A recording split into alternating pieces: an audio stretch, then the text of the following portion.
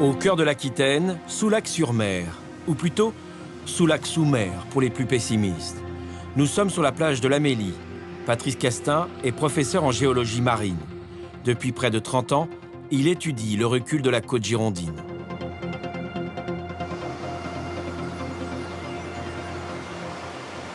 C'est l'endroit où la côte aquitaine recule le plus.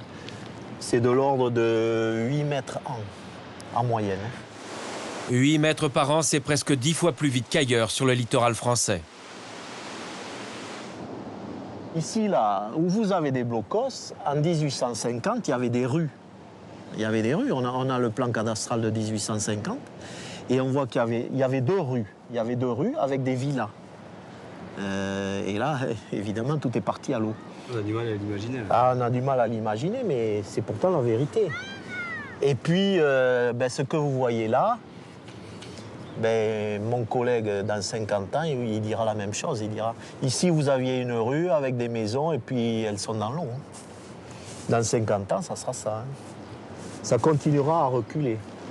Donc on peut penser qu'avec un peu l'accroissement de la température, s'il y a de plus en plus de tempêtes, ça vient en plus accentuer le phénomène, non? Ah ben oui, parce que ça fait monter le niveau moyen des océans. Et donc, ça provoque une accentuation de la transgression marine. Mais ce qu'il faut voir, c'est que même s'il n'y avait pas cet effet de réchauffement, ce surplus de réchauffement, eh bien, il y aurait une transgression marine quand même. Transgression marine, traduction faite, l'eau ronge la terre. Et pour le prouver, il nous montre les dommages déjà provoqués par l'océan. Ah, il y a du dégât. Regardez ça, c'est spectaculaire, regardez les pins, les racines. Ah oui, et puis ça c'est la villa, je ne sais pas comment elle s'appelle cette villa. C'est une villa qui est menacée là, juste derrière. La villa surprise, condamnée à courte échéance. Vous voyez, cette petite villa, elle est condamnée.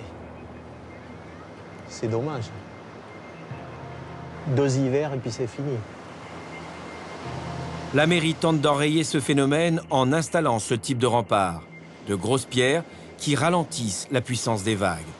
Mais la montée des eaux est inéluctable. Depuis 1890, la mer a enlevé ici 1 million de mètres cubes de sable, soit l'équivalent de 50 000 camions de 40 tonnes. Les prévisions à 50 ans annoncent la disparition de 350 mètres supplémentaires de dunes. Un peu plus loin au sud, le stade de Soulac et le camping Les Sables d'Argent. Ils sont aussi menacés. Ils sont en première ligne. En octobre, il y avait une dune continue devant le camping et aujourd'hui, elle a disparu. Après la série de tempêtes qu'il y a eu, là, vous voyez bien là, il n'y a plus de dune. Ouais, tout le sable est parti. Et peut-être des maisons avec. Des bungalows. En seulement 6 mois, la dune a reculé de 10 mètres. Une véritable falaise de sable s'est créée. Le trait de côte se métamorphose très rapidement. Ces bungalows du camping Les Sables d'Argent ne sont plus qu'à quelques mètres de l'océan.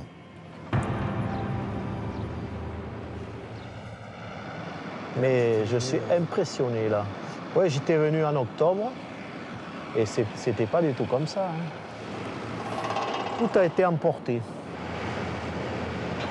Si l'hiver prochain, il y a une série de tempêtes comme cette année, eh bien, toute cette ligne-là, elle va disparaître. Il faudra emporter les bungalows.